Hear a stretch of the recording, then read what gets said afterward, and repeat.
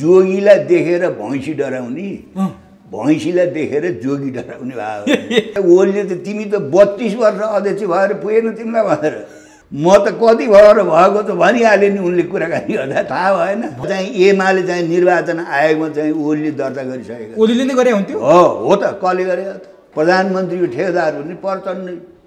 जब यही संसदीय आहारमा खेलिरहनु पर्छ भने एउटै मान्छे मात्रै पछि लाएर सधैँभरि लुरु लुरु किन हिँड्नु। ओलीले पनि मेरो टाउको फुट्यो भने मिटको टाउको पनि बेल सराबर गर्ने हुन् कि भन्ने डर सबैलाई त्यही छ त्यहाँभित्रकालाई। एउटा मिटिङ कोटेश्वर, अर्को मिटिङ भैँसे पार्टी, यस्तो पनि हुन्छ।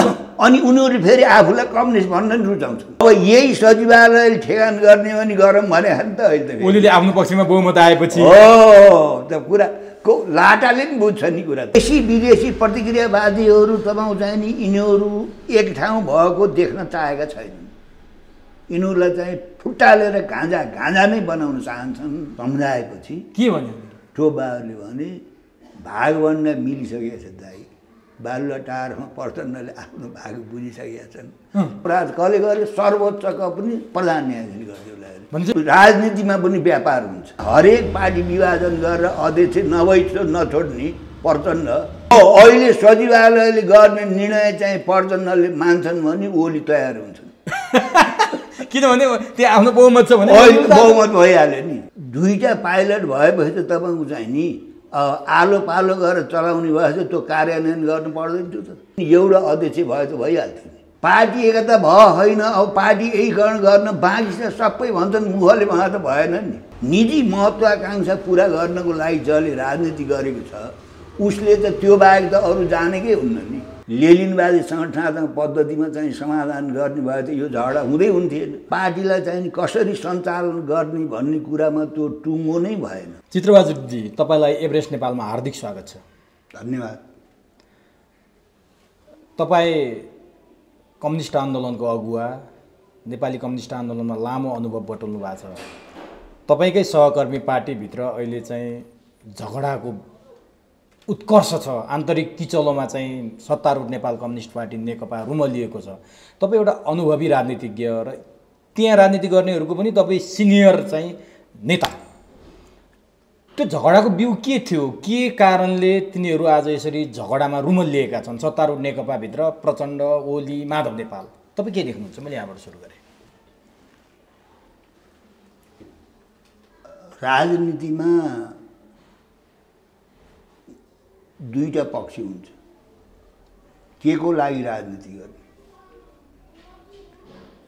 राष्ट्र र जनताको लागि राजनीति गर्ने कि आफ्नो लागि राजनीति गर्ने? यी दुईटा विषय छान्दाखेरि अब अहिलेका कतिपय चाहिँ नि मुलुकहरूमा, विकासमा मुलुकहरूमा प्राय राजनीति आफ्नो लागि गर्ने चलन भयो। राजनीतिमा एउटा सांस्कृतिक स्खलन भयो। राजनीतिको सबै नीतिको माउ नीति राजनीति हो। राजनीति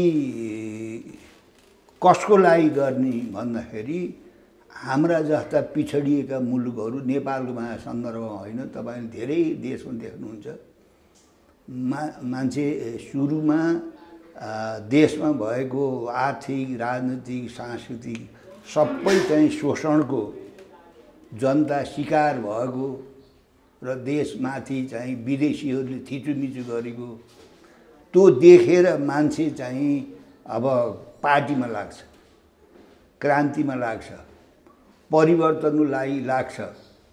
त्यो काम गर्ने बेलामा ऊ जेल नेल पनि पर्नुपर्ने हुन्छ, भूमिगत पनि बस्नुपर्ने हुन्छ, कतिपय यातना पनि भएको हुन्छ। जब ऊ चाहिँ सत्ता र शक्तिमा पुग्छ, अधिकांश राजनीतिक कर्मीहरू चाहिँ राजनीतिक संस्कृतिबाट ऊ विचलन हुन्छ र उसले चाहिँ अब पार्टीमा छँदा, जेलमा छँदा, भूमिगत छँदा, लुकेर हिँड्दा, यातना चाहिँ शासकहरूबाट सहँदाखेरि ऊ कमसेकम एउटा दृढतापूर्वक राष्ट्र र जनताको लागि म जेलमा बसेको छु, राष्ट्र र जनताको लागि मैले यो यातना भएको छु, राष्ट्र र जनताको लागि म भोकै नाङ्गे हिँडेको छु भन्ने महसुस गर्छ उसले सङ्घर्षको दौरानमा। जब अब त्यो सधैँ अवस्था त्यस्तो रहन्न, केही परिवर्तन हुन्छ, परिवर्तन भएर ऊ चाहिँ नि आफूले केही गर्न पर्ने ठाउँमा जान्छ राष्ट्र र जनताको निम्ति। अनि उसले तपाईँ चाहिँ नि जीवनमा चाहिँ जेल नेल खाएको, भूमिगत बसेको, सबै प्रकारको कष्ट उठाएर जनताको नाममा जनताको निम्ति काम गरेका कुराहरू, उसले चाहिँ कबल गरेका कुराहरू ती सबै बिर्सेर उसको संस्कृति नै चेन्ज हुन्छ। जुन शासकहरूको शोषकहरूको विरुद्धमा उसले जेल खाएको थियो, नेल खाएको थियो, भूमिगत बसेको थियो, यातना भोगेको थियो, ती सबै कुरा तपाईँ चाहिँ नि आफू त्यो ठाउँमा जसले आफूलाई जेल हाले, नेल हाले, यातना दिए, पीडा दिए, त्यही ठाउँमा ती शासकहरू शोषकहरू बस्ने ठाउँमा चाहिँ आफू पुगेपछि अनि उसले चाहिँ पहिलेका शासकहरूले शोषकले चाहिँ जे संस्कृति अपनाएको थिए जनताप्रति, देशप्रति, त्यही कुरा चाहिँ उसले आफूले त्यही अपनाउँछ। त्यसले गर्दाखेरि अब सर्वसाधारण जनताहरू त के धेरै मान्छेहरूको चाहिँ राजनीति गर्ने मान्छेहरूप्रति चाहिँ वितृष्णा छ, घृणा छ। त्यस कारण त्यो राजनीति स्खलन हो, त्यो राजनीतिको संस्कृतिबाट तपाईँ चाहिँ त्यो पतन हो, जुन कि तपाईँले हामीले दक्षिण एसिया प्रायः अफ्रिकाका मुलुकहरूमा त्यो देख्छौँ। राजनीति गर्ने भनेको आफू बन्नको लागि, आफ्ना नातागोता बन्नको लागि, आफ्ना नजिकका मान्छे बन्नको लागि राजनीति गर्छन्। त्यही कुराको विरोध गरेर उनीहरू सत्तासम्म आइपुग्छन्। अब अहिले पनि तपाईँ चाहिँ नि नेपाल, भारत, पाकिस्तान तपाईँ देख्नुहुन्छ। अब ती जनतामा चाहिँ एउटा प्रभाव पनि पार्छन् र संसदीय राजनीतिमा तपाईँ चाहिँ नि उनीहरूले अब जनताको समर्थन पाए सत्तामा बस्छन्। कैयौँ शासकहरूले तपाईँ चाहिँ अकुत सम्पत्ति कमाइसकेपछि उनीहरूले आफूलाई मात्रै होइन, आफूलाई, छोरालाई, नातिलाई समेत सम्पत्ति आर्जेपछि उनीहरूलाई तथाकथित भ्रष्टाचारको मुद्दा लाग्छ र उनीहरू जेल खानुपर्छन्। के फरक पर्यो र? आफूलाई भएको छ, छोरालाई भएको छ, नातिलाई समेत कमाइ भएको छ, त्यो बुढेसकालमा चाहिँ केही गर्न नसक्ने बेलामा चाहिँ जेलमा गएर बसेर के भएछ? बन्दोबस्त त भइहाल्यो। त्यसो कारणले कतिपय मुलुकमा तपाईँले त्यो देख्नुहुन्छ। उसले कमाउन्जरी, उसले लुटन्जरी, उसले मनपरी गरन्जरी त्यतिका सुनवाई हुन्। जब उसले कमाइसक्छ, अब कैयौँ चाहिँ अब देशका अब प्रधानमन्त्री भइसकेका मान्छेहरू, मलेसियाकै भर्खरको उदाहरण हेर्नु, दक्षिण कोरियाको हेर्नु न, अब उसलाई चाहिँ जेलखानमा 2-4 वर्ष बसेर के फरक पर्छ? किनभने उसलाई जेलखान लगेर हाल्ने मान्छे पनि उसैले जे गरेका हुन् त्यस्तै गर्ने मान्छेहरू हुन्। त्यो त एउटा तपाईँको चाहिँ चक्र भएर चलिरहन्छ, चक्र हो त्यो, होइन? पाकिस्तानले तपाईँको चाहिँ प्रधानमन्त्री नवाब शरीफकै कुरा गर्नुहुन्न, मलेसियाकै प्रधानमन्त्री कुरा गर्नुहुन्न। सामान्य तपाईँ गाउँघरमा पनि के देख्नुहुन्छ भने कुनै एउटा व्यापारीले सुरुमा ग्राहकहरूलाई राम्रो व्यवहार गर्छ, सामानहरू सस्तो दिन्छ, उधारो दिन्छ, बोलीचाली राम्रो गर्छ, ग्राहकहरू चाहिँ झुकिन्छन्, फस्छन्। जब उसले चाहिँ 2, 4, 10, 20 वर्ष तब जब अकुत कमाउँदै जान्छ, उसले बदनाम हुँदै जान्छ। बदनाम हुँदै जाँदाखेरि तपाईँको चाहिँ नि अब उसकहाँ गएकै जान्न, उसकहाँ गएकै नगएर के फरक पर्यो? कमाइसकेको छ, उसले त कमाइसकेको छ।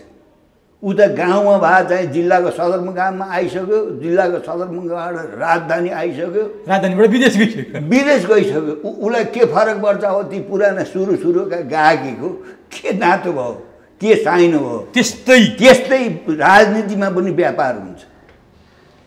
त्यो राजनीतिमा व्यापार के हुन्छ भने सुरुमा जुन मान्छे पार्टीमा लाग्दाखेरि उसको आकाङ्क्षा, तब उसको चाहना, म चाहिँ सत्तामा जान्छु, शक्तिमा जान्छु र चाहिँ नि आफूलाई यातना दिने, आफूलाई छुन्ने, आफूलाई पक्रने, शासकले जस्तो गर्दिनँ मैले त्यसको ठिक उल्टो गर्छु, जनता र राष्ट्रको लागि मैले सबै कुर्बानी दिन्छु भन्छ उसले। त्यो एउटा त्यति बेला उसको त्यस खालको चरित्र हुन्छ। त्यो स्वाभाविक पनि हो। कार्यकर्ता चाहिँ अब प्रभावित हुन्छन्, जनता पनि प्रभावित हुन्छन्, ऊ चाहिँ जनतामा स्थापित हुन्छ, चुनाव पनि जित्ला, कतिपय मान्छेहरूले तपाईँ चाहिँ उसलाई मान्छन् पनि, मिडियामा पनि ऊ तपाईँ चाहिँ परिचित भइसक्छ। त्यस कारणले उसले जब मौका पाउँछ ठाउँमा पुगिसकेपछि उसमा तपाईँ चाहिँ नि सांस्कृतिक पतन हुन्छ। अब नि जस्तो यो त राजनीतिक गर्ने दलका नेता राजनीतिज्ञको कुरा गर्नुभयो। अब अहिले प्रमुख दल बनेको सत्तारूढ नेकपाभित्रको झगडाको कारण चाहिँ नि त्यो बिउ छ नि, झगडाको बिउ कहाँबाट रोपियो? त्यो कि एकता हुँदै रोपिया थियो अथवा धेरैजसो नेपालमा राजनीति गर्दा राष्ट्रिय अन्तर्राष्ट्रिय शक्तिहरू, देशी विदेशी शक्ति भन्ने पनि हाम्रो एकदमै चलन छ, त्यो पहिलेदेखि चलिरहेको। त्यो उनीहरूको झगडाको बिउ चाहिँ यहीँ रोपिया थियो, आन्तरिक बिउ थियो, राष्ट्रिय बिउ थियो, अथवा तपाईँले भने जस्तो देशी विदेशी तत्त्वहरूले त्यो बिउ रोप्या? के थियो त्यो झगडाको बिउ चाहिँ कहाँबाट अङ्कुरा थियो त्यो? अब यो ठुला भन्ने पार्टीहरू उनीहरूको सम्बन्ध देशभित्र मात्रै हुन्न, उनीहरूको सम्बन्ध विभिन्न एनजिओ माध्यमबाट, आइएनजिओ माध्यमबाट र तपाईँ चाहिँ नि उनीहरू अलि चाहिँ अब प्रभाव पार्ने भइसकेपछि चाहिँ बाह्य शक्तिहरूको पनि उनीहरूसँग चाहिँ सम्बन्ध हुन्छ। बाह्य शक्तिले पनि उनीहरूलाई राम्रोसँग खेलाउँछन् हैन। अब अहिलेको चाहिँ सत्ताधारीहरूको समस्या के भयो भने नाम उनीहरूले अब कम्युनिस्ट राखेका छन् हैन। अब कम्युनिस्ट पार्टी मात्रै होइन, बुर्जुवा पार्टीहरूमा पनि विवाद भयो, मतभेद भयो, कुरा मिलेन भने त्यो टुङ्गो लाउने एउटा प्रक्रिया छ। अझ कम्युनिस्ट पार्टीमा त के हुन्छ भन्दाखेरि तपाईँ चाहिँ नि अल्पमत बहुमतको मातहत हुन्छ। अल्पमत बहुमतको मातहत त पुँजीवादी पार्टी नि हुन्छ हैन, अनि धनीमनिया पार्टी नि हुन्छ, काम सामान्य प्रक्रिया। अनि अझ कम्युनिस्ट पार्टीमा त के हुन्छ भने तपाईँ चाहिँ नि सामूहिक निर्णय हुन्छ, व्यक्तिगत जिम्मेवारी पुरा गर्नुपर्ने हुन्छ। अब तपाईँ चाहिँ नि अब सङ्गठनको तपाईँ चाहिँ मातहतमा पार्टी हुन्छ, व्यक्ति हुन्छ, व्यक्तिको मातहतमा तपाईँ चाहिँ सङ्गठन हुन्न। त्यस कारणले अब उनीहरूको त अब पार्टी एकता गर्ने बेलामा पार्टीलाई चाहिँ कसरी सञ्चालन गर्ने भन्ने कुरामा त्यो टुङ्गो नै भएन। भनेपछि विभाजनको बिउ त्यहीबाट रोपिया थियो। जुन दिन त्यत्रो पार्टी तपाईँ चाहिँ नि तत्कालीन माओवादीले स्थानीय निकायमा काङ्ग्रेससँग कार्यगत एकता गर्यो, त्यति सफल भएन। किनभने चुनावी राजनीतिहरूले तपाईँ चाहिँ नि तत्कालीन माओवादी भन्दा त अब काङ्ग्रेस कति चाहिँ अनुभवी छ, उसले जनतालाई कसरी छकाउनुपर्छ, कसरी प्रभाव पार्नुपर्छ, कसरी ह्यान्डल गर्नुपर्छ, कसरी साहु महाजनहरू, ठेकेदारहरू, तस्करहरू, कालाबजारीहरूलाई युज गर्नुपर्छ। काङ्ग्रेसले धेरै माहिर छ नि, 15 सालदेखि चुनाव चल्दै आएको होइन।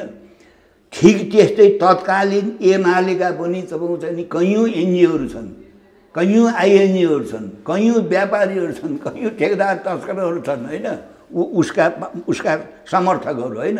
त्यसो हुनाले पार्टी एकता गर्दाखेरि उनीहरूले अब पार्टीभित्र हुने अन्तर्विरोधलाई कसरी समाधान गर्ने हो, लेनिनवादी सङ्गठनात्मक पद्धतिमा चाहिँ समाधान गर्ने भए त यो झगडा हुँदै हुन्थेन होइन। त्यो त्यतातिर लागेन उनीहरू। कता लाग्यो त? उनीहरूले तुरुन्त तपाईँ चाहिँ दुईवटा अध्यक्षलाई, तत्कालीन एमालेको अध्यक्ष र माओवादीको अध्यक्षलाई जिम्मा दिए, तिम्रो शिरभर तिम्रो दुईवटा चाहिँ अध्यक्षले जे निर्णय गर्छौ त्यही चाहिँ सिरो पर्छ भनेर पार्टीका तपाईँ चाहिँ नि अब सचिवालय भन्छन्, स्थायी समिति भन्छन्, केन्द्रीय समिति भन्छन्, पार्टीमा एकता, पार्टी एकताको तपाईँ चाहिँ छलफल बहस त तपाईँ चाहिँ नि केन्द्रीय समितिमा, स्थायी समितिमा, सचिवालयमा तपाईँ चाहिँ नि धेरै चिजहरूको छलफल हुन्छ नि, बहसहरू हुन्छ नि। उनीहरूले तपाईँ चाहिँ नि अब एमालेलाई नि काङ्ग्रेसको चाहिँ तत्कालीन एमालेलाई नि काङ्ग्रेसलाई फेस गर्नुपर्ने थियो। मुख्य प्रतिद्वन्दी त काङ्ग्रेस हो, तत्कालीन माओवादी त होइन होइन। अब नेकपा माओवादीले नि तपाईँ चाहिँ नि अब सुरुमा पहिले तपाईँ चाहिँ अब शान्ति वार्तामा आउँदाका बेला चाहिँ उसमा चाहिँ जनता, उसको बारेमा जनतामा काफी भरम थियो। र निकै धेरै चाहिँ सिट ल्यायो उसले होइन, जनतामा चाहिँ भ्रम थियो। अनि उनीहरू चुनावमा आइसकेपछि धेरै सत्तामा गइसके, धेरै बुझे। त्यसो हुनाले अब तत्कालीन माओवादीलाई पनि एक्लै चुनाव लडेर चाहिँ सफलता पाउन सक्ने सम्भावना थिएन। काङ्ग्रेससँग त उसले अनुभव गरेको थियो। त्यस कारणले के देखे यी दुइटैले भने काङ्ग्रेसको सामना गर्नको लागि तत्कालीन माओवादीलाई पनि एमाले चाहिएको थियो, एमालेलाई पनि चाहिँ काङ्ग्रेसको सामना गर्नको लागि तत्कालीन माओवादी चाहिएको थियो। त्यस कारणले त्यति बेला मुख्य समस्या चाहिँ चुनावमा सफलता पाउनको लागि मात्रै, त्यो 74 सालको चाहिँ चुनाव जित्नको लागि उनीहरूले तपाईँको चाहिँ नि अब पार्टी एकता गरे। पार्टी एकतै भए छैन नि अहिलेसम्म, तर सम्पूर्ण हर्ताकर्ता दुईजनालाई बनाए, दुईटा अध्यक्ष, एउटा पार्टीमा दुईटा अध्यक्ष, अरू बुर्जुवा पार्टीमा त गराउँछन् बेग्लै कुरा हो। कम्युनिस्ट पार्टी उनीहरूको त त्यहीँबाटै बिग्रियो नि त। यदि उनी राष्ट्रको मुक्तिको लागि, जनताको मुक्तिको लागि, शोषित पीडित जनताको लागि हुन्थ्यो भने त त्यहीँबाट थाहा हुन्थ्यो नि, एउटा अध्यक्ष भयो त भइहाल्थ्यो नि।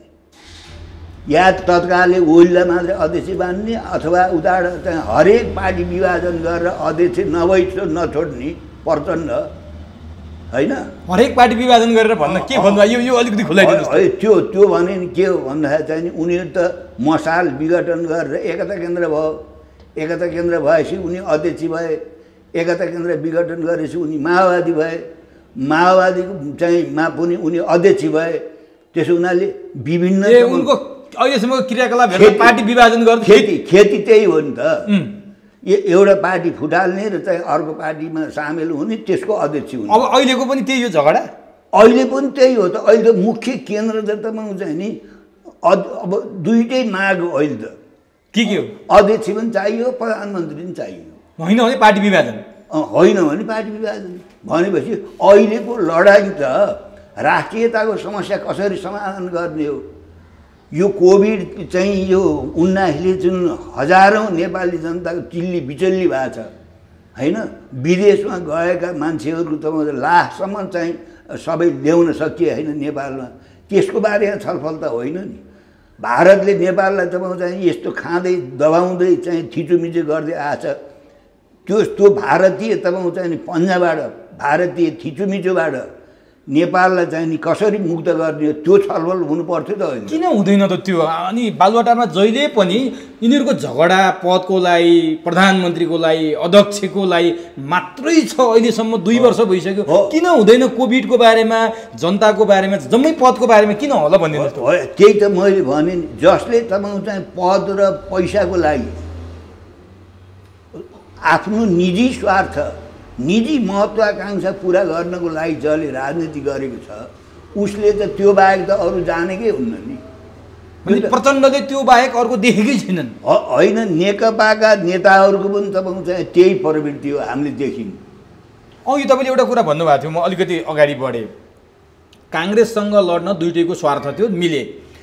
तर जस्तो 2074 साल असोज 17 गते उनीहरूले कार्यगत एकता भनेर घोषणा गरे नि, काङ्ग्रेससँग लड्नलाई त कार्यगत एकता नै काफी थियो। भोलि पार्टी मिलेपछि न यिनीहरूको सिङ मिल्ने, न पुच्छर मिल्ने, न सिद्धान्त मिल्ने, न विचार मिल्ने, केही पनि मिल्दैन थियो। आजको स्थिति आउँछ भनेर तपाईँहरू जस्ता मान्छेले धेरै अगाडि नै कल्पना गर्नुभएको थियो, भन्दै आउनु भएको थियो। यिनीहरू कार्यगत एकता मात्रै गरेर तपाईँहरू जस्तो कार्यगत एकता गर्नुभएको थियो, त्यस्तै गरेर चुनाव लडाइ भएको हुन्थेन? यिनीहरूको त पार्टी कार्यगत एकता मात्रै हो नि, अहिले पनि पार्टी एकता त भएकै छैन नि।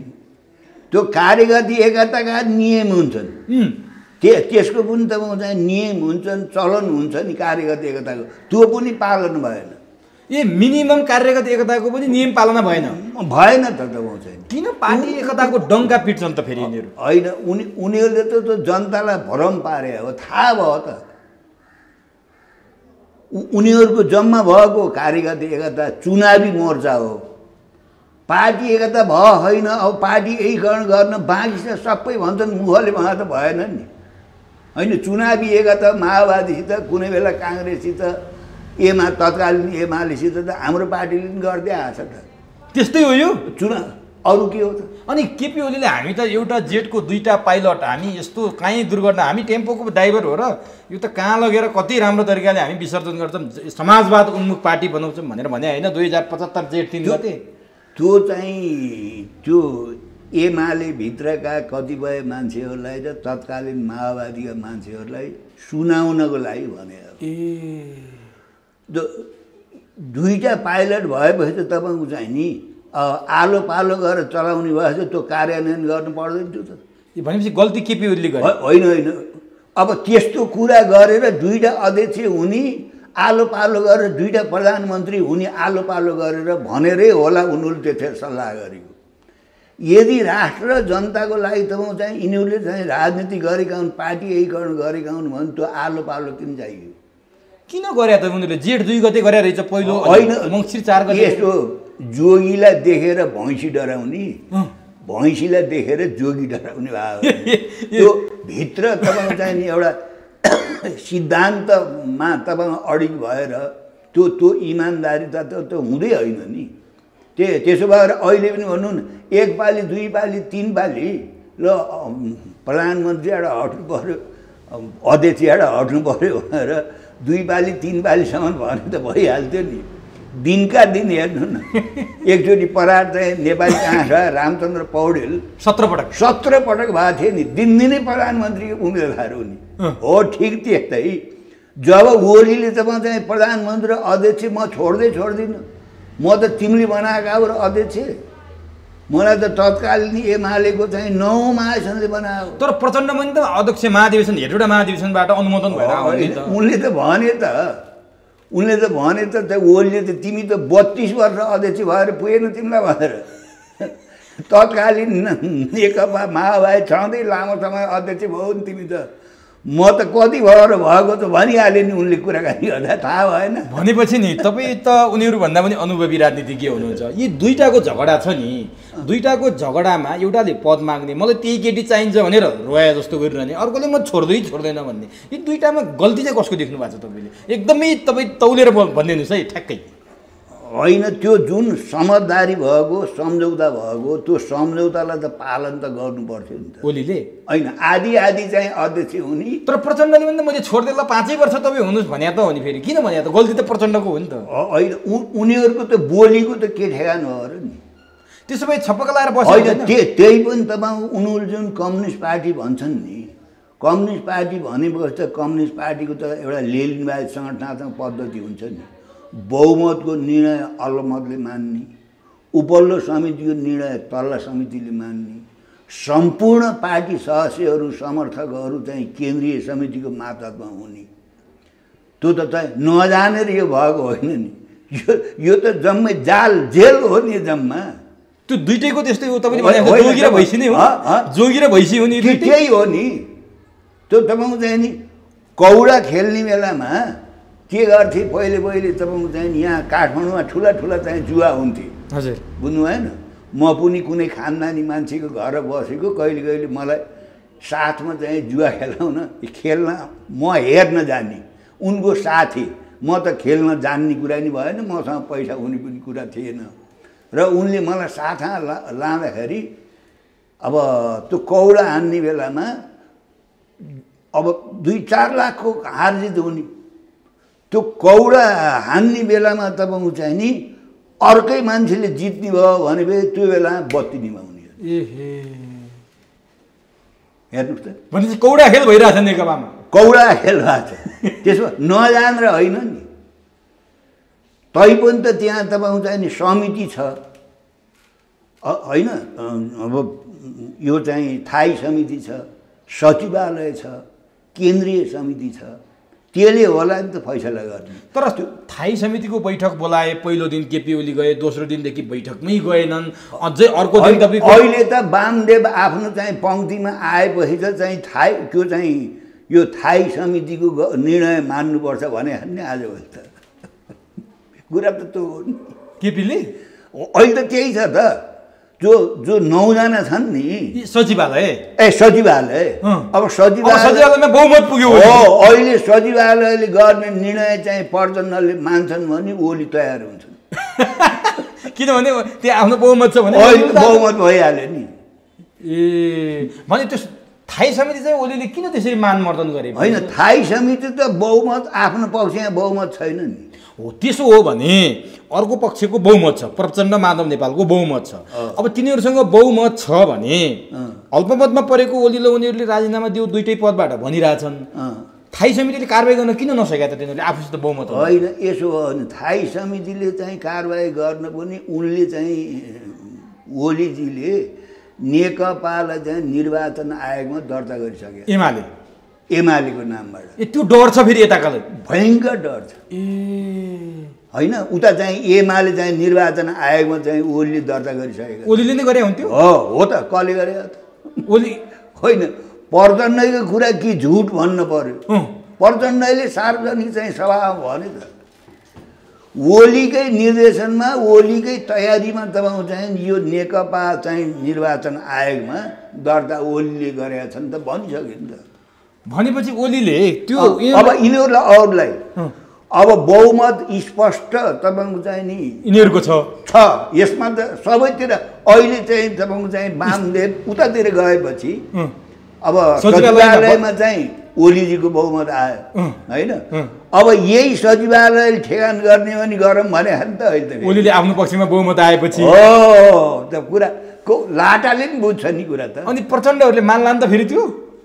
प्रचण्डहरूले फेरि स्थायी सचिवालयको निर्णय मान्नु किन मानुन् नि? अनि कसरी फुक्छ त गाँठो? गाँठो कसरी फुक्छ त?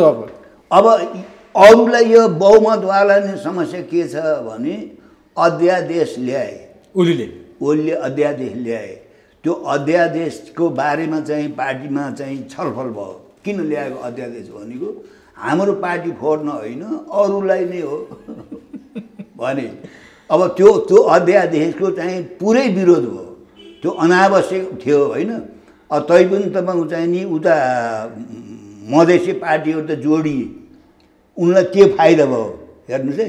यता चाहिँ ओलीजीको चाहना पुरा भएन, त्यो बेग्ली कुरा। त्यस कारणले अध्यादेश ल्याएको कुरा र अर्को कुरा चाहिँ नेकपा एमालेकै नाममा चाहिँ निर्वाचन आयोगमा चाहिँ दर्ता भएको छ दल। त्यो ओलीले डराउन तर्साउन दिनलाई मात्रै गरे हो कि? होइन, आवश्यक परे तपाईँको चाहिँ शेरबहादुरसँग उनले भेटघाट गरिरहेका छन्। अब यहाँ अरूलाई के डर छ भन्दाखेरि तपाईँको चाहिँ नि पार्टी चाहिँ विभाजन गर्ने खतरा छ।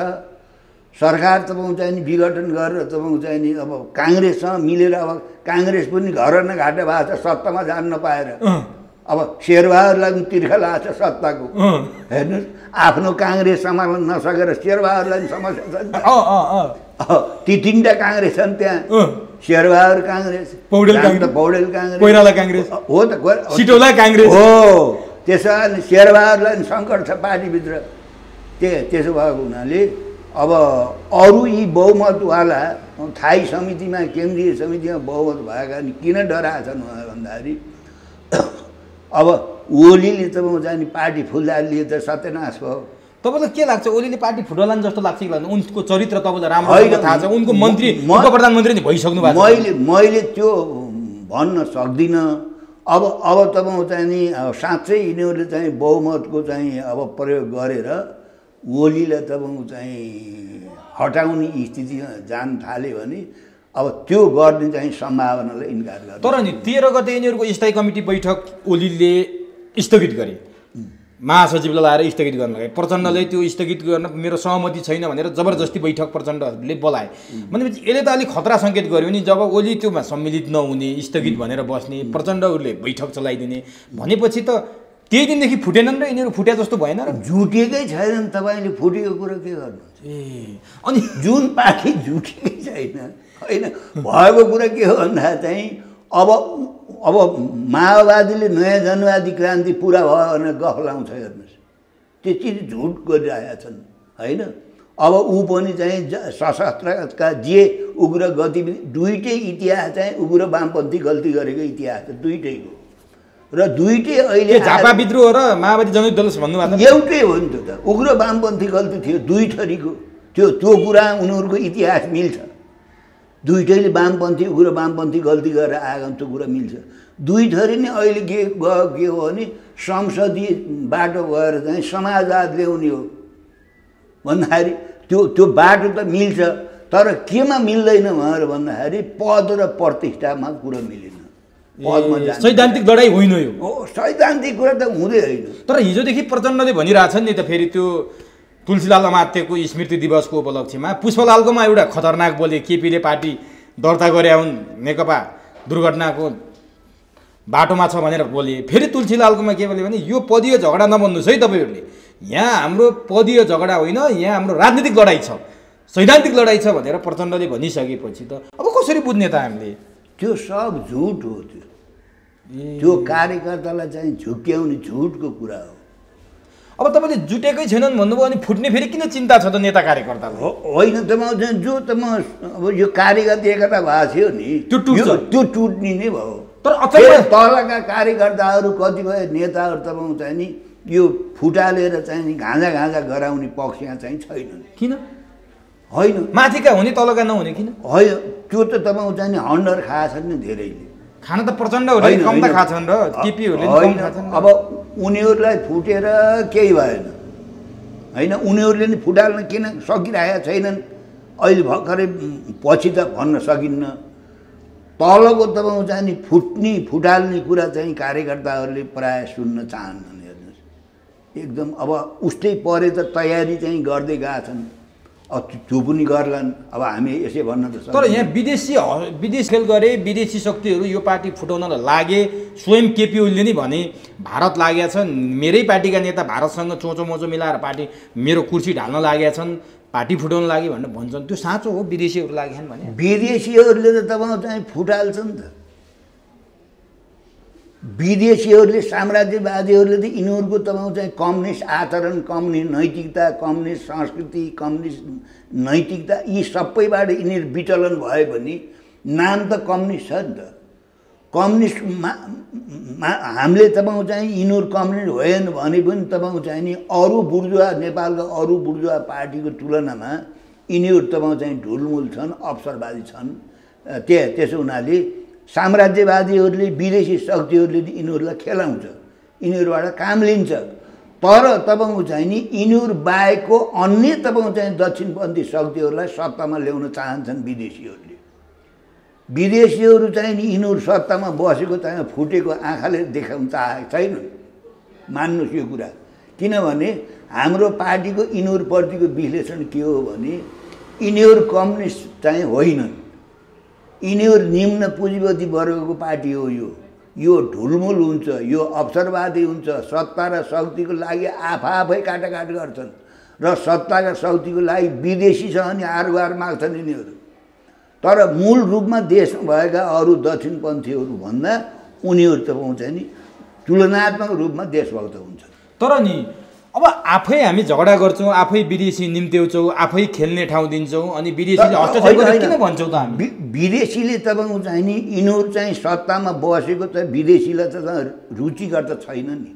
जति काम नेपालका दक्षिणपन्थी अरू प्रतिक्रियावादी पार्टीहरू सत्तामा बसेर काम लिन बढी सकिन्थ्यो, यिनीहरूबाट त कम सकिन्छ नि। तर मेरो भनाइ के हो भन्दाखेरि यिनीहरू पनि अवसरवादी हुन्छन्, साम्राज्यवादीहरूको, विस्तारवादीहरूको यिनीहरू त चाहिँ दलाली पनि गर्छन्, समर्थन पनि लिन्छन्। एनसिसी चाहिँ लागू गर्नुपर्छ भनेको देख्नु भएन? त्यो अमेरिकालाई प्लिज गर्नु हो नि, बुझ्नु भएन? त्यहीँ भित्र पनि झगडा छ। अहिले तपाईँ चाहिँ नेपालमा यिनीहरू सत्तामा नभएर अरू दक्षिण पार्टीहरू सत्तामा भएको भए नयाँ त विधेयक संसदीय समितिबाट पास हुन्थ्यो, हुन्थेन नि त। हामीले खेलाउनु पर्ने कुरा यो छ हेर्नु। ठिक त्यस्तै लिम्पियाधुरा, लिपुलेख, कालापानी यिनीहरूको अहिलेको सरकार नभए त नेपालका अरू दक्षिणपन्थी तपाईँको चाहिँ पार्टी सरकारमा भए त त्यो त यतिसम्म त गर्थेनन् नि। त्यस कारणले यिनीहरू ढुलमुल हुन्छन्, यिनीहरू अवसरवादी हुन्छन् र यिनीहरूको चरित्र तपाईँको चाहिँ निम्न पुँजीपति वर्गको जो चरित्र हो त्यही चरित्र हो यिनीहरूको। हाम्रो विश्लेषण त्यो हो। तर नि फेरि यिनीहरूकै भित्रबाट एउटाले अर्कालाई विदेशीका दलाल करार गरिरहेछन्, एउटा समूहले अर्को समूहलाई भने त तपाईँले पनि सुन्नु भएको छ। त्यो त भन्छन् नि, त्यो त तपाईँको चाहिँ नि भन्छन्।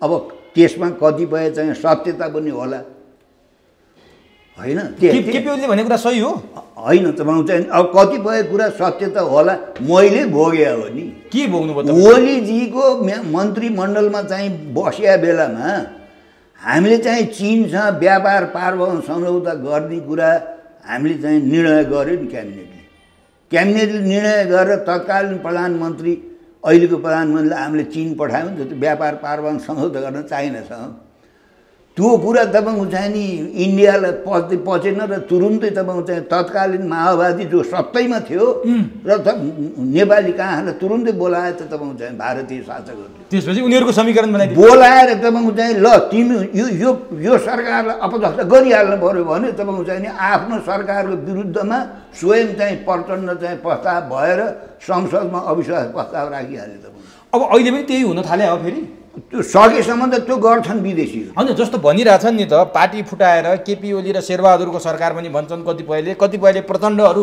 शेरबहादुरहरूसँग त्यहाँ पनि भइरहेछ भन्छन् त्यो पनि गर्छन् हेर्नुहोस् अब किनभने जसलाई तपाईँ चाहिँ सत्ता र शक्ति नै सबै कुरा हो राष्ट्र र जनता गौण जनता र राष्ट्रको स्वार्थ चाहिँ गौण सत्ता र शक्तिको स्वार्थ प्रधान भएकाले तपाईँको चाहिँ नि अब कुनै बेला तपाईँ चाहिँ साम्राज्यवादीहरूको तपाईँ चाहिँ दलाली गर्छन् कुनै बेला तपाईँ चाहिँ दक्षिणपन्थी अवसरवादीहरूको पनि दलाल गर्छन् पृथकवादीहरूको पनि दलाली गर्छन् जातीय नारा लागेकै हो नि माओवादी तत्कालीनमा होइन जोरदार जातीय नारा हो त्यस कारणले उनीहरूले के राजनीति अपनाउँदाखेरि तत्काल फाइदा हुन्छ त्यो त गर्छन् त्यस कारणले अहिले खतरा तपाईँको चाहिँ नि दुईतिराड छ तर चीनको राजदूतको पनि त्यस्तै सक्रियता देखियो नि त फेरि सत्तारूढ नेकपाका हरेक नेताको घर घरमा पुग्ने राष्ट्रपति प्रधानमन्त्रीदेखि लिएर सारा भेट्ने परराष्ट्र मन्त्रालयलाई केही जानकारी नहुने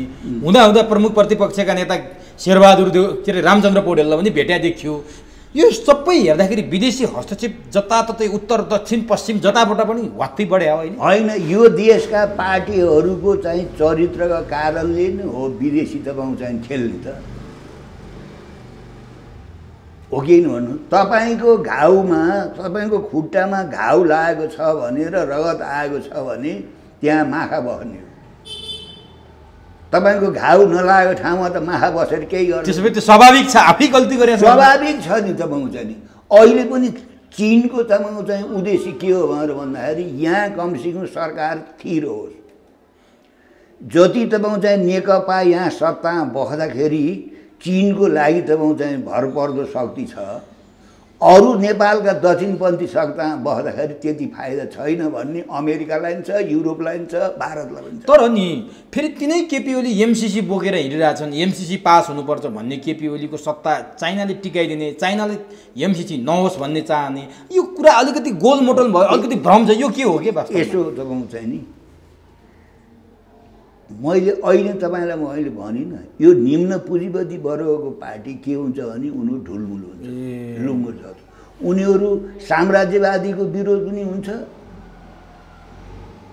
उनीहरूको तपाईँको चाहिँ दलाली गरेर सत्तामा चाहिँ अब बस्न पनि चाहन्छ यदि तपाईँको चाहिँ नि यो नेकपा सत्तामा अहिले नभएको भए अरू नेपालका दक्षिणपन्थी पार्टीहरू सत्तामा भएको भए तपाईँको चाहिँ सत्ताधारीहरूले तपाईँको चाहिँ नि एक आखर तपाईँको चाहिँ यो एमसिसीको विरोध गर्ने थिएनन् हामीले यति बुझ्नुपर्छ नेकपा भित्रै तपाईँको चाहिँ नि एमसिसी यो चाहिँ नि अमेरिकनहरूले नेपाललाई तपाईँको चाहिँ चीनलाई घेर्नको लागि नेपाललाई एउटा अफगानिस्तान जस्तो बनाउनको लागि यो तयारी हो है यो भनेर नेकपा भित्रैबाट झगडा भएको छ प्रतिपक्षीको मुखबाट तपाईँले यो केही सुन्नुहुन्छ प्रतिपक्ष त एक मध्ये पास गर्नुपर्छ हो त्यस कारणले हामीले छुट्याउन पर्ने नेकपासित चाहिँ हाम्रो यत्रो झगडा छ सैद्धान्तिक विवाद छ राजनीतिक कुरा नि कति होला तैपनि तपाईँको चाहिँ अहिले यिनीहरू सत्तामा भएकै कारणले कालापानी लिम्पियाधुरा लिपुले नेपालको नक्सा राखे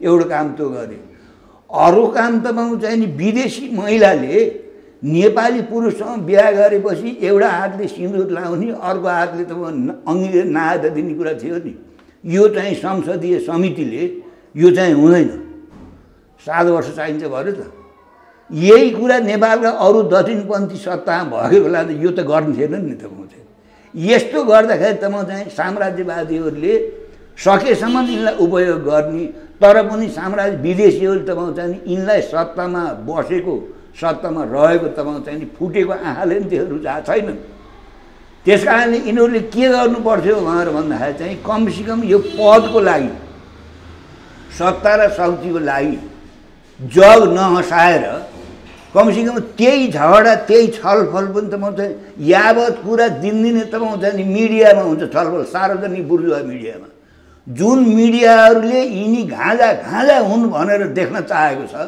सुन्न चाहेको छ त्यही हुन्छ यिनीहरूको छलफल हेर्नुहोस् त्यहाँ त्यो मिटिङ गराइहेर्नुहोस् त मिटिङ त तपाईँ हुन्छ नि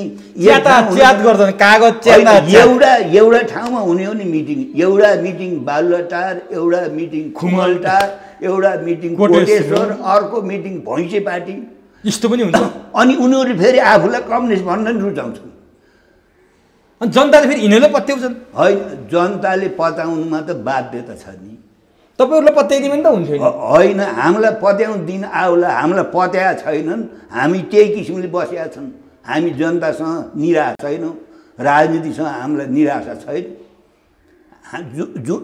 यिनका पनि त जनताले चिन्दै गएका छन् नि यसभन्दा पहिले त राणालाई पनि पत्याएको थिए त अब नि जस्तो यो राजालाई पत्याएको थिए काङ्ग्रेसलाई पत्याएको थिए यिनलाई पनि पत्याए अब तपाईँहरूको पालो आउला हामीलाई पत्याउला जनताले पत्याएन भने हामी निराश छैनौँ नि हामीले जनतालाई पत्याउने गराउन पो सकेनौँ कि हाम्रा विचार हाम्रा के गर्दै हुनुहुन्छ त अब जनतालाई पत्याउनेतिर तपाईँहरूले कस्तो विचार दिँदै हुनुहुन्छ हाम्रा आफ्ना पार्टीका नीति सिद्धान्त राजनीति चाहिँ जनताको बिचमा लगातार गइरहेका छन् अब जनताले हामीलाई पनि त हेरेका छन् अब नि मैले अलिकति नेकपाको झगडामा अझै के जोड्न खोजेँ भने त्यही एमसिसी पनि एउटा प्रमुख कारक हो भन्छन् हो साँचो हो एमसिसीको कारणले पनि यो विवाद भएको हो भन्छन् अब यस्ता इस्यु आउँदाखेरि चाहिँ अब महाकालीका कारणले चाहिँ 54मा तत्कालीन एमाले फुटेकै हो होइन त एमसिसी पनि यहाँ एउटा कारण चाहिँ हुनसक्छ तर सबै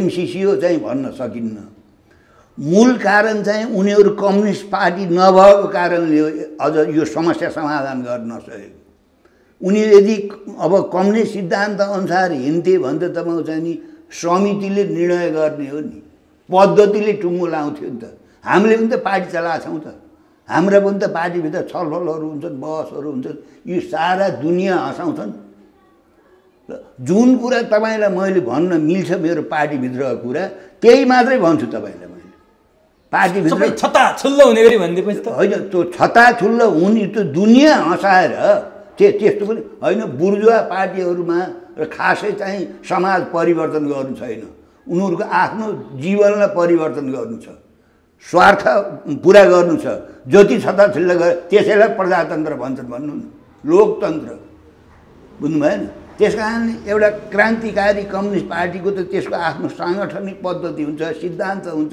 नीति हुन्छ अब मैले जान्न खोजेको कुरो जस्तो त्यो सत्तारूढ नेकपाभित्र वामदेवको जुन चरित्र देखिया छ नि वामदेव कहिले प्रचण्ड माधवतिर देखिन्छन् कहिले केपीतिर कहिले मतलब यता आइगयो है अब उनीतिर म जाँदै जाँदैन भनेर विज्ञप्ति निकाल्छन् फेरि 6 बुधे ल्याएर आएर फेरि केपीतिर गएको देखाए अब केपी ओली बालुवाटारमै भेट्न गएका नेतालाई समेत भेट नदिने मान्छे भैँसे पार्टी पुगेर वामदेवलाई भेटे त्यही रात यो के हो यो वामदेवको चरित्र कसरी लिनु जसको सिद्धान्त प्रधान हुन्न नैतिकता राजनीति प्रधान हुन्न सिद्धान्त प्रधान हुन्न जसलाई पद प्रतिष्ठा शक्ति प्रदान हुन्छ गर्ने नै त्यही हो भनेपछि त्यो वामदेवको 6 बुँदेले पार्टी मिलाउन्न मिलाउला अब तपाईँ चाहिँ अब त्यो वामदेवको 6 बुँदेले भन्दा पनि ओलीले पार्टी फुटाले भने अब सबै घर न घाटा भइन्छ भन्ने सबलाई डर छ मुख्य कुरा उतातिर निर्वाचन आयोगमा एमाले नामबाट पार्टी त्यहाँ दर्ता भएको छ यतातिर शेरबहादुरसित आवत भइरहेको छ त्यस कारणले अब ओलीले पनि मेरो टाउको फुट्यो भने मिटको टाउको पनि बेल सराबर गर्ने हुन् कि भन्ने डर सबैलाई त्यही छ त्यहाँभित्रकालाई ओलीसँग डर छ नि ओलीलाई चाहिँ यिनीहरूसँग डर छ कि छैन ओलीलाई यिनीहरूसँग डर छ कि छैन यिनीहरूसँग पनि डर भएर त एमालेलाई त्यहाँ दर्ता गरेको यिनीहरूसँग डर भएर त तपाईँको चाहिँ नि उसको वामदेवको चाहिँ पाउन पर्नेको कुरा तर एउटा बडो विचित्रको कुरा देखियो कि प्रचण्डसँग सँगै जनयुद्ध लडेका त्यत्रोसँगै 30-40 वर्ष राजनीति सहकार्य गरेका लेखराज भट्ट टोपबहादुर रायमाझी यिनै हरिबोल गजुरेल लगायतका मान्छेहरू मणि थापाहरू केपी ओलीसँग अहिले नजिक देखिया छन्। केपी ओलीसँग त्यत्रो चाहिँ 60-70 वर्ष राजनीति गरेका, लगभग 60 वर्ष त राजनीति गरे माधव नेपालहरू, झलनाथ खनालहरू फेरि प्रचण्डतिर देखिया छन्। यो कस्तो विचित्रको के समीकरण हो यो? अब त्यो सबैलाई डर त्यहाँ भित्रकालाई पार्टी फुट्छ भन्ने छ। अब तपाईँ चाहिँ नि अब ओलीलाई के छ भने मेरो टाउको फुटे मितको टाउको बेलसरी भन्ने छ फेरि। त्यसो भएको हुनाले अब एउटा पद्धति अनुसार पार्टी चलेको भए पो यिनीहरूको कुरा गर्नुहुन्थ्यो। जुन तपाईँ चाहिँ एउटा लेलिनवादी संगठनात्मक पद्धति अनुसार पार्टी नचलेपछि त दुईटाको बिचमा सम्झौता भएको अरे पार्टी एकता गर्ने बेलामा तिमी र म अध्यक्ष हुने, तिमीले र मैले जे निर्णय गर्छौँ त्यही निर्णय नेकपामा लागू हुने भनेपछि दुईजना छन् त मत बराबर हुन्छ भोटिङ गर्दा पनि। होइन मैले भन्न खोजेँ जस्तो पूर्व माओवादीहरूले प्रचण्डलाई किन साथ नदिए होला, पूर्व एमालेहरूले ओलीलाई किन साथ नदिए होला? जता काफल पाक्यो उतै चरी नाचेन हो यो संसदीय राजनीतिमा।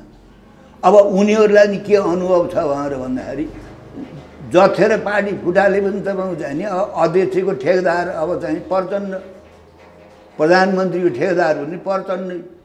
जब यही संसदीय आहालमा खेलिरहनुपर्छ भने एउटै मान्छे मात्रै पछि लाएर सधैँभरि लुरु लुरु किन हिँड्नु, उनीहरूले नि त विचार गरे होला। भनेपछि प्रचण्ड अब कमजोर हुँदै गयो भने हिजोको स्थिति हेर्ने हो भने केपी ओलीको अगाडि प्रचण्ड अलिकति कच्चा खेलाडी देखियो होइन? त्यस्तै होइन एमालेका चाहिँ तुलनामा तपाईँ चाहिँ स्वयं माओवादी तपाईँ चाहिँ तत्कालीन माओवादी नै कमजोर छ नि। एमालेमा चाहिँ धेरै एनजिओ आइएनजिओ छका छन् उनीहरू, कैयौँ संसदीय राजनीतिमा उनीहरू माहिर छन्। काङ्ग्रेसलाई त कुनै बेला उनीहरू ठाउँ सुताउँछन् काङ्ग्रेसलाई भनेपछि त त्यो एमालेको चाहिँ संसदीय राजनीतिमा तपाईँको चाहिँ माओवादीले कसरी खेल्ने? तर हिजो 62-63 आन्दोलनपछि 64 पछि प्रचण्ड बोल्दा नेपालै थर्किन्थ्यो, नेपालै हल्लिन्थ्यो, सबै राजनीति प्रचण्डको वरिपरि घुम्थ्यो। आज प्रचण्ड किन यति कमजोर भए त? उनको जुन प्रधान कुरा सत्ता स्वार्थ भयो नि, त्यो सत्ता स्वार्थको कारणले आफ्ना कार्यकर्ताहरूले जनताले पनि उनलाई बुझे। जो उनका पछि लाएर निजी फाइदा उठाउन पाइन्छ, राष्ट्रलाई फाइदा जनतालाई फाइदा होइन, निजी फाइदा उठाउन पाइन्छ भने तिनीहरू चाहिँ अहिले पनि उनका पछि दौडिरहेका छन्। जसले तपाईँको चाहिँ राष्ट्र र जनताको स्वार्थको लागि चाहिँ पार्टीमा लागेको काम गर्नुपर्छ भन्ने हो उनीहरूले विचार गर्न थालेका छन्। भनेपछि प्रचण्ड अन्तिममा एक्लो हुने सम्भावना देखिन्छ राजनीतिमा? होइन, अब एक्लो त तपाईँको चाहिँ नि अब उनका पछि लाएर पनि फाइदा उठाउनेहरू छन् नि। होइन जस्तो बादलले साथ छोड्या जस्तो देखिन्छ अघि। होइन त्यो कति बेला छोडे देखिन्छ। अब मूल कुरा तपाईँको चाहिँ नि यी अब दुईतिरकै अब के गर्ने र कसो गर्ने अन्यलमा छन्, अप्ठ्यारो स्थितिमा परेका छन्। प्रचण्डले रातारात पूर्व माओवादीलाई बोलाएर मैसँग बस भनेर भन्ने, प्रचण्डले बोलाएको केही समयपछि केपी ओलीले बोलाउने तिनीहरूलाई तानातान भइसक्यो स्थायी कमिटी सदस्य। त्यो एउटा जनवादी तरिकाले चलेको सही कम्युनिस्ट पार्टी भएन। उनीहरूले तपाईँको चाहिँ नि अब केन्द्रीय समितिको बैठकभित्र खुला छलफल, सचिवालयको बैठकमा खुला छलफल, अब स्थायी समितिमा खुला छलफल, कुरा सहमतिबाट नमिलेपछि चाहिँ पद्धतिबाट टुङ्गो लाम भने त्यसरी नै जान्थ्यो। पार्टी भयो, कम्युनिस्ट पार्टी भएको त्यो त होइन नि। यहाँ त जाल झेल षड्यन्त्र ट्याक्टिक टिक्रम कसलाई के भनेर हुन्छ। अब मलाई अन्तिममा भनिदिनुहोस् यो पार्टीको बारेमा, म अलिकति तपाईँको पार्टीको कुरा गर्छु अनि छुटाउँला। अब भनिदिनुहोस् यिनीहरूको यो झगडा एकदम उत्कर्षमा छ, त्यो सबैलाई थाहा छ। तपाईँ एउटा अनुभवी राजनीतिज्ञ र कम्युनिस्ट आन्दोलनमा लामो समय योगदान गरे हुनाले तिनीहरूमा कम्युनिस्ट नभए पनि हिङ नभए पनि हिङमा नेटालो चाहिँ छ होइन? त्यही भावनाले पनि भनिदिनुहोस् अब तिनीहरूको सुदूर भविष्य के देख्नु भएको छ? दुईटा भएर जान्छन् कि अब तपाईँ त जुटेकै मान्नुहुन्न? के देख्नुहुन्छ त्यो कार्यगत एकता? म पार्टी एकता पनि भन्दिनँ तपाईँको भाषामा, त्यो कहाँसम्म जाने अथवा त्यो बिचमै अब टुक्रिने कस्तो देख्नुहुन्छ? के सम्भावना देख्नुहुन्छ? अब देशी विदेशी प्रतिक्रियावादीहरू तपाईँको चाहिँ नि यिनीहरू एक ठाउँ भएको देख्न चाहेका छैनन्। यिनीहरूलाई चाहिँ फुटालेर गाँजा नै बनाउन चाहन्छन्। तर यो पार्टीभित्रका कतिपय कार्यकर्ता नेताहरू तपाईँको चाहिँ पार्टी फुट्न दिन हुन्न भन्ने नै छ होइन? त्यसो भएर यी दुईटा अगुवाहरूलाई नि के छ भने पार्टी फुटाल्दाखेरि त्यसको अब्जस कसले लिने त्यसो भएको त जोडिएकै छैन नि त्यो फुट्ने कुरै छाड्नु जोडिएकै छैन तै पनि तपाईँ चाहिँ नि अब उनीहरूले अब प्रचण्डलाई चाहिँ पार्टी चाहिँ फुटालेर अब पहिले जस्तो फाइदा उठाउँछु भन्ने स्थिति छैन त ओलीसँग पनि स्वयं आफ्नो चाहिँ तत्कालीन एमालेका कतिपय नेताहरू कार्यकर्ताहरू चिडिएका छन् हेर्नु रिसाएका छन् त्यस कारणले तपाईँ चाहिँ नि अहिले चाहिँ भविष्यवाणी गर्न सकिने निकास केही देख्नुहुन्छ के निकास छ त निकासको सम्भावना निकास त कमसेकम यो कार्यकाललाई तपाईँ उनीहरू मिलेर तपाईँ चाहिँ जानुपर्छ त्योभन्दा अर्को छैन यो कार्यकाललाई जसरी भए पनि तपाईँ चाहिँ जे गरेर भए पनि उनीहरू मिलेर यो अवधि चाहिँ काट्नुपर्छ अब म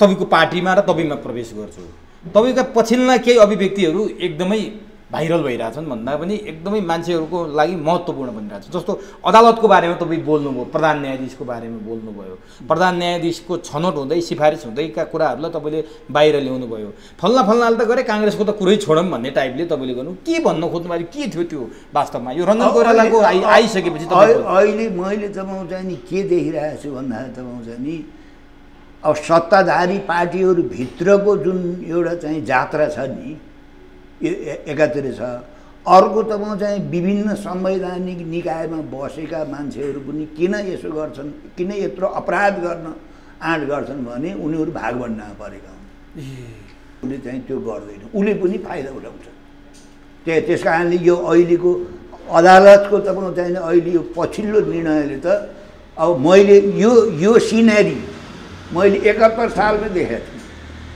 मैले यसभन्दा पहिले मिडियामा त्यो 71 सालको संसदीय सुनवाई समिति कथा सब बताइसकेको छु मिडियामा होइन त्यस कारण यो सिनेरी मैले पहिले देखिरहेको थिएँ त्यसो भएको हुनाले जब भागभण्डामा अनि तपाईँले भन्नुभएको थियो नि त्यो प्रधान न्यायाधीश सिफारिसमा जुन कुरा गर्नुभएको थियो नि फल्लो मान्छे नामै तोकेर भन्नुभएको थियो क्या तपाईँले के भन्नुभएको थियो होइन त्यहाँ तत्कालीन माओवादीका जो साथीहरू नेताहरू त्यहाँ थिए नि सुनवाई समितिमा तत्कालीन एमालेका मैले त भनिसकेको छु तोपबहादुर तपाईँ चाहिँ गिरिराजमणि अग्नि सापकोटा उनीहरू थिए अनि एमालेबाट चाहिँ म चाहिँ भीम रावल राजेन्द्र चाहिँ पाण्डे सुरेन्द्र पाण्डेहरू थिए त अनि के गरेको थियो त्यति बेला के भयो होइन सुरुमा चाहिँ यिनीहरूलाई सर्वोच्चमा ल्याउने कुरामा उनीहरूको काफी आपत थियो एकदम विरोध थियो म पनि ढुक्क परेँ यिनले पार लाउने भए भनेर ढुक्क परेँ होइन अहिलेको प्रतिपक्षी चाहिँ काङ्ग्रेस चाहिँ त्यति बेला पुरा यिनीहरूलाई ल्याउने यहाँ थियो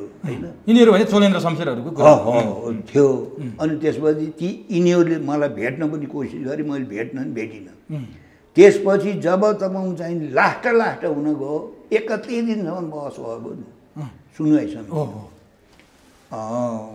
जब त्यो चाहिँ सुनवाई समितिमा अब काङ्ग्रेससँग चाहिँ यिनीहरू लत्रे यिनीहरू तत्कालीन माओवादीका नेताहरू र एमालेका नेताहरू अनि मैले एकान्तमा चाहिँ छुट्टै लगेर के गरेको यस्तो गर्नुहुन्छ यिनीहरूको चाहिँ तल्लो अदालतमा यिनीहरूको रेकर्ड के छ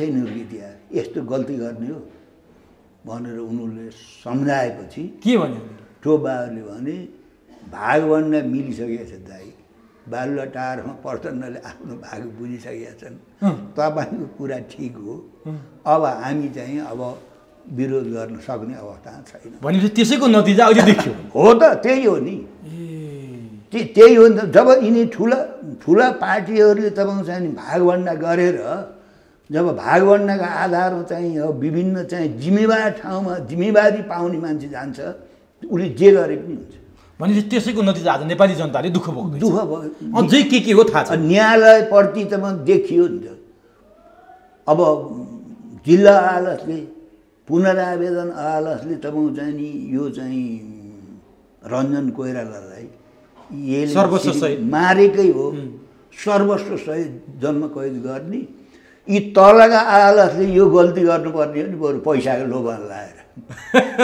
बुझ्नु भएन पुनरावेदन अदालत र जिल्ला अदालतहरूले बरु तपाईँ चाहिँ ती त साना अदालत तलका होइन त्यहाँ त कम जुनियर मान्छे हुन्छन् उनीहरूले यो अपराध गर्छ यो अपराध कसले गर्यो सर्वोच्चका पनि प्रधान न्यायाधीशले गरिदियो भनेपछि भागबण्डा हो। यसको श्रेय कसलाई जान्छ भने तत्कालीन तपाईँको चाहिँ शासकहरूलाई जान्छ।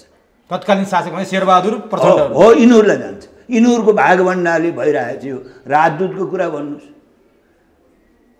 सबै कुरा छरपष्ट छ। छरपष्ट छ नि तपाईँको चाहिँ। जब तपाईँले भागबण्डामा चाहिँ जिम्मेवारी दिनुहुन्छ, योग्य, क्षमतावान, इमान्दार, चरित्रवान कर्मचारीको के औचित्य छ भन्नुहोस् त। अनि नि अवधि तपाईँको अर्को अभिव्यक्ति जस्तो संहिता नै रहँदैन, अब संहिता देशले धान्न सक्दैन भन्नुभयो हिजोको कार्यक्रममा मात्रै। त्यो तपाईँले बारम्बार भन्दै आउनु भएको छ। आखिर 3-4 वर्ष त पार भइसक्यो त, संहिता त धान्दो रहेछ त, किन भन्दै आउनु भएको छ तपाईँले यो? होइन, त्यो त राणा शासन पनि 104 वर्ष धान्य थियो त। त्यो पञ्चायती शासन 30 वर्ष धान्य थियो। संसदीय बहुदलीय व्यवस्था अब राजाले विघटन गरेर पञ्चायती व्यवस्था ल्याउँदाखेरि पनि कुरा त यस्तै हुन्थ्यो। के खाएर पालिन्छ संहिता मलाई बताउनुहोस् त। अहिले त चलिरहेछ त, कसरी चल्छ? होइन, कसरी चलेछ? त्यो सम्पूर्ण विकासको रकम यो चाहिँ साधारण खर्चमा हालेर राष्ट्रलाई तपाईँ चाहिँ ऋणमा डुबाएर तपाईँ चाहिँ ऋण गरेर घिउ खाइरहेको छ। कसरी चल्छ? यहाँको चाहिँ श्रमिक जति सबै बेचेर विदेश पठाएर यहाँका उद्योग धन्दा कल कारखाना सारा तपाईँ चाहिँ खलास पारेर अहिले नि भन्नु न। अब यहाँ हामीले तपाईँको चाहिँ खुर्सानी त हिमाल पहाड तराईमा सबैतिर हुन्छ नि, हामी खुर्सानी पनि नकिन्ने, धनियाँ पनि हामीले यहाँ हाम्रो कस्तो छ यहाँ अहिलेको हाम्रो शिक्षा दीक्षा, हाम्रो तपाईँको चाहिँ अवस्था के छ, देशको राष्ट्रिय चरित्र के छ भन्नु त। नेपालमा उब्जाउ हुने कृषिजन्य तपाईँको चाहिँ पदार्थ मात्रै, त्यही यो खाद्य पदार्थ मात्रै हामीले 2 खरब ल्याउँदो रहेछौँ वार्षिक। आफूले उत्पादन गर्दैन, किन गर्ने नि? तपाईँको चाहिँ गोरखपुर घर है, क्या डर है? छोरा नाति सबै विदेश, उतैबाट पैसा पठाउँछ। यो यिनै राजनीतिक दल, यिनै नेताले बनाएको त हो नि, तपाईँहरूले बनाएको? हामीले जो बनाएको। यो जिम्मेवार त तपाईँ पनि हुनुहुन्छ। म पनि छु नि त तपाईँको चाहिँ। हामीले नै बनाएको हो नि तपाईँको चाहिँ। कमसेकम पञ्चायत कालमा भएका तपाईँको चाहिँ राष्ट्रिय उद्योगहरू, कल कारखानाहरू पुरै निजीकरण, यो श्रेय त नेपाली काखले जान्छ। बुझ्नु होइन? छाला जुत्ता कारखाना, चिनी कारखाना, भिरकुटी कागज कारखाना, वीरगञ्जको कृषि औजार कारखाना, ती सब तपाईँ लिलाम। त्यो पनि तपाईँको चाहिँ अमेरिकनहरूले, तपाईँ बेलायतीहरूले भनेर अब उदारीकरण गर्नुपर्छ। परिवारलाई तपाईँ सङ्कट पर्यो, उनीहरूका उत्पादित सामान यहाँ ल्याएर बेच्ने नि, त्यसको लागि बन्द गर्नु। त्यसको लागि तपाईँको चाहिँ नि अब भन्सार तपाईँको चाहिँ खुकुलो बनाउनु पर्ने। उनीहरू विदेशीहरूको तपाईँको चाहिँ सामान हाम्रो जस्ता गरिब देशमा ल्याएर हामीले निर्वाध रूपमा चलन गर्नुपर्ने। हाम्रा तपाईँको चाहिँ यहाँ भएका उद्योग धन्दा कल कारखाना सर लिलाम, शिक्षा निजीकरण, स्वास्थ्य निजीकरण, भएका चाहिँ राष्ट्रिय उद्योग धन्दा सबै निजीकरण। हेर्नुहोस् है, अब त्यसको लागि तपाईँको चाहिँ नि अब विश्व ब्याङ्कले चाहिँ 20-25 वर्षसम्म तालिम दिएर प्राप्त गरेका मान्छेहरू यहाँ आएर अर्थमन्त्री भए। डाक्टर महतले भन्नुभयो वास्तव नाम किन लिनु पर्यो? अनि कुरा बुझ्नु तपाईँको चाहिँ सखाप। त्यो अहिले भन्नु अमेरिकाले तपाईँको चाहिँ छिमेकी देशमा बाँड्न लाउने भनेको छ, मेक्सिकोमा पर्खाल लाउने, विदेशीहरू जान नदिने, चाहिने सामानहरूलाई कहीँ उसले चाहिँ ब्यान गरिरहेको छ। नाकाबन्दी जस्तै लाग्यो। उनीहरू यी साम्राज्यवादी ठुला देशहरूले चाहिँ अरू देशको सामान चाहिँ उनीहरूको देशमा प्रतिबन्ध लाउने। हामीले चाहिँ बोकेर अनि हामीले चाहिँ यहाँ हाम्रो चाहिँ अब भन्नु न खेतबारी बाँधेर राख्ने, छोरा नाति सबै विदेश पठाउने, उनीहरूले पैसा पठाउँछन् भन्नु न। अनि सुखी नेपाल समृद्ध नेपाली हो ल भन्नु। हामी आफै मेरै जानलाई सोध्नुहोस्, हामी आफै तपाईँको चाहिँ नि खेतमा काम गरेर, बारीमा काम गरेर, घरमा तपाईँको चाहिँ तिउन तरकारी तपाईँको चाहिँ भैँसी दुहेर तिउन तरकारी खेतीपाती सबै गरेर चाहिँ खाएका मान्छे हुन् हामी। 20औँ-25औँ वर्ष भयो तपाईँको चाहिँ नि किनेर खान्छौँ। आज फलफुल ल्यायो केही तपाईँको चाहिँ एकै रातमा त्यो सर्छ। बहुराष्ट्रिय कम्पनीहरूले तपाईँको चाहिँ उत्पादन गरेका अब फलफुलहरू भयो, विषादी हालेका, अब यसरी चाहिँ उल्टो बाटो राष्ट्र गइरहेछ। यसैलाई विकास भनेका छन्। अब नि तपाईँले अर्को कुरा पनि गर्नुभयो, त्यहाँ सिक्किमीकरण गर्ने खतरा छ देश भनेर भन्नुभयो। त्यो के? त्यो त आज होइन वर्षौँदेखि बोल्दै आउनु भएको छ। होइन, त्यो त्यता चाहिँ गएको छ। हाम्रो 1816 हामीले गरेको सम्झौता ब्रिटिस इन्डियासित गरेको सम्झौता हो होइन। त्यस्तो चाहिँ सुगौली सन्धिको कुरा गर्नु हो त्यस्तो सुगौली सन्धि त्यस्तो ठोस प्रमाण हाम्रो हुँदा हुँदै तपाईँको चाहिँ नि काङ्ग्रेस चाहिँ चिनसँग हारेर 1962 राजा महेन्द्रको शासनकालमा त्यहाँ चाहिँ राखेको चाहिँ सैनिक अड्डा भन्नु न, काँक्रालाई थाँक्रो हालेर थाँक्रै मालिक त्यहाँ बसेर चाहिँ नि इन्डियाले यत्रो वर्ष त्यो भूभाग चाहिँ कब्जा गरेर बसिरहेछ। सारा प्रमाणपत्र हामी छन्। अहिले त्यहाँ नेपाली हो तिम्रो आवत जावत गर्न पाउनु भनेर चिठी हो त तपाईँ ल भन्नुहोस्। यो सिक्किमीकरणको खतरा हो। अरू के हो त? तराईमा उसले लागेको बाँध, उसले लागेको बाटा, उसले लागेको चाहिँ पूर्वाधारले गर्दाखेरि तराई कति डुबिरहेछ अहिले भन्नु त। कुन हालतमा पुऱ्याएको छ उसले? नेपालका तपाईँ चाहिँ जल स्रोत जति सबै उसको कब्जा छ, अहिले होल्ड गरेर राखिरहेछ। अझ तपाईँ चाहिँ नि चाइनासित त्यत्रो द्वन्द्व भयो, तुरुन्तै उसले वार्ता गर्यो, अस्ट्रेलियासँग वार्ता गर्यो, हामीसँग वार्ता गर्ने कुरामा चाहिँ कोरोना चाहिँ गएपछि, कोरोना हराएपछि गर्मला भनिरहेको छ भन्नु। उसको नियत के हो? त्यसो हुनाले ब्रिटिस साम्राज्यवादको उनीहरू जो दासत्व प्राप्त गरेर 300 वर्ष बसे नि, त्यो कल्चर उनीहरू फेरिएन र अरूमाथि कमजोर मुलुकमाथि विशेष गरेर आफ्ना छिमेकीहरूमाथि पनि तपाईँ चाहिँ त्यो साम्राज्यवादी जो धङधङी छ नि, त्यसो हुनाले नेपालसँग उनीहरूको विशेष सम्बन्ध अरे भने सिक्किमीकरण खतरा हो। विशेष सम्बन्ध भनेको तपाईँ चाहिँ उनीहरूले यहाँ जे पनि गर्न पाउनुपर्छ नेपालमाथि भने हो, जे पनि गर्ने हो विशेष सम्बन्ध। अनि अर्को कुरा तपाईँले बोल्नु भएको छ, हिजो चप्पल पनि लाउन नपाउनेहरू आज महल अरूलाई भने हो र प्रमुख दलका प्रमुख नेता हो उनीहरूलाई भने। भनेपछि प्रचण्ड, शेरबहादुर, व्यक्तिको नाम नलिउँ। अहिले तपाईँ चाहिँ सत्ता र शक्तिमा गएकाहरूलाई नै मैले भने हो। हिजो जनताले दिएका मकै भट्ट रोटो पिठो खाएर जनताको सेल्टर लिएर राजनीति गरेकाहरूले अहिलेको उनीहरूको तमासा, उनीहरूको सांस्कृतिक धरातल कति तपाईँ चाहिँ परदेशमा गएर तपाईँले हेर्नुहोस् होइन। कोभिड-19ले गर्दाखेरि नेपाली जनताको कुन बेहालत भएको छ, यस्तै बेहालत त अरू संसारमा भएको छ। नेपालमा तपाईँ चाहिँ जनताहरू कति खानै नपाएर मरेका छन्, औषध नपाएर मरेका छन्, क्वारेन्टाइनको राम्रो बन्दोबस्त नभएर झुन्डिएर मरेका छन्। यस्तो बेलामा सांसद भएको, मन्त्री भएको मान्छेहरूको चाहिँ मन खान परेन जनताहरू। भनेपछि यही बेला उनीहरूले आफ्नो सेवा सुविधा बढाए भनेपछि कसको लागि राजनीति गरे? भनेपछि जनताको लागि राजनीति भने नाटक मात्रै रहेछ हो। राजनीतिको नाममा उनीहरू तपाईँ चाहिँ कमाउने, आफ्नो स्वार्थ सिद्धि गर्ने। त्यसो हुनाले राजनीतिलाई जीविकोपार्जन गरेर जनतालाई, राष्ट्रलाई चाहिँ ठगेर तपाईँ चाहिँ नि राजनीतिको नाममा जुन खालको तपाईँ एउटा सांस्कृतिक विचलन भन्छु म त भइरहेछ, त्यस कारणले अब यो सत्ता र शक्तिमा बस्ने पार्टीहरूलाई भने हो। अब म अन्तिममा छु।